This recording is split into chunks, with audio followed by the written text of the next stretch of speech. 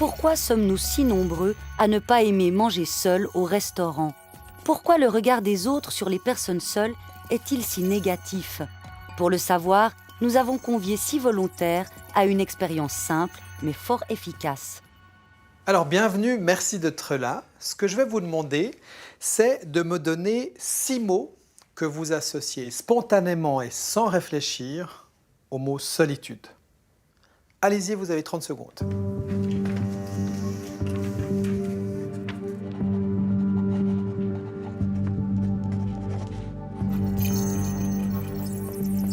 C'est quand même la première chose qui vient à l'esprit, je pense, quand on parle de solitude. C'est souvent quelqu'un qui est triste, qui est triste de ne pas avoir, d'avoir autant de solitude, justement, qui voudrait avoir peut-être plus d'amis. C'est, à mon avis, le sens le plus commun et le plus logique qui vient spontanément. En tout cas, c'est ce que j'ai eu. Je trouve que la solitude, elle peut être remplie tellement de chagrin, d'émotions négatives,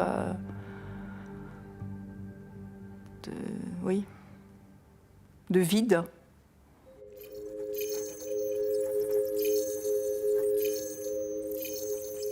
Ça m'est sorti spontanément parce que c'est ce que je vis en ce moment.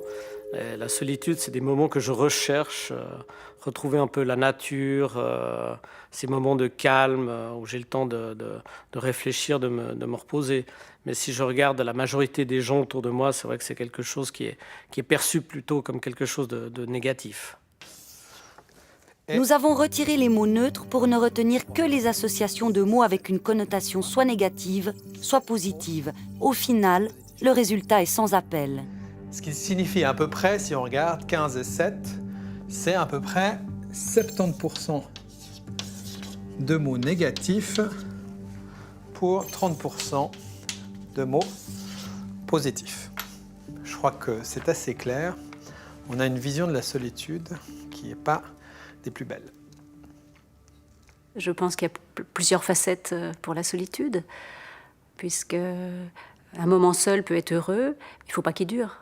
Il ne faut pas que la solitude dure. Si c'est un état de vie, à ce moment-là, c'est pesant, c'est triste et il manque beaucoup de choses dans la vie. Marie-Noëlle Scurmans, il n'est pas très grand l'ensemble des mots positifs si on le compare à celui des mots négatifs. C'est une réalité ou c'est une représentation de la réalité ? Bien sûr, ce sont des représentations, le fait d'associer des mots à une expérience. Et on le voit, l'équilibre des idées spontanées qui nous viennent à l'esprit est tout à fait inégalitaire. Les mots d'apaisement, de tranquillité, de sérénité viennent comme une seconde possibilité à laquelle on n'avait pas pensé au départ. Parce que, nous l'avons dit, la facette du manque est toujours prégnante, est toujours dominante. Donc une solitude positive qui nous apporte, c'est possible, ça existe. Mais certainement. C'est-à-dire que c'est ce que je pense important de dire, c'est qu'il n'y a pas une solitude qui ne nous apporte pas, une solitude qui nous apporte.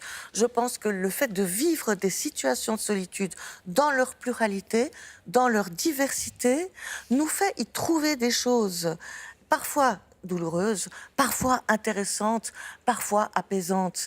Et que ce qu'on y trouve est fluctuant, qu'on traverse au cours du temps des solitudes différentes avec des sentiments qui sont également diversifiés. Et l'idée la plus importante, je pense, c'est qu'on y apprend des choses. Aujourd'hui, quand on pense à cette solitude choisie, qu'on a intégrée à sa vie, on pense assez automatiquement aux grands navigateurs qui se retrouvent des mois seuls sur la mer. Ça vous inspire quoi ? Pour moi, c'est une des figures modernes du chevalier errant, voire de l'ermite, qui se retire dans un au-delà du quotidien et qui, on pourrait dire, vit un peu à notre place l'extrême, le rêve, le tout autre, l'héroïsme qu'on ne voudrait pas dans notre vie quotidienne nécessairement traverser, parce que ce ne sont pas nécessairement des situations faciles à vivre.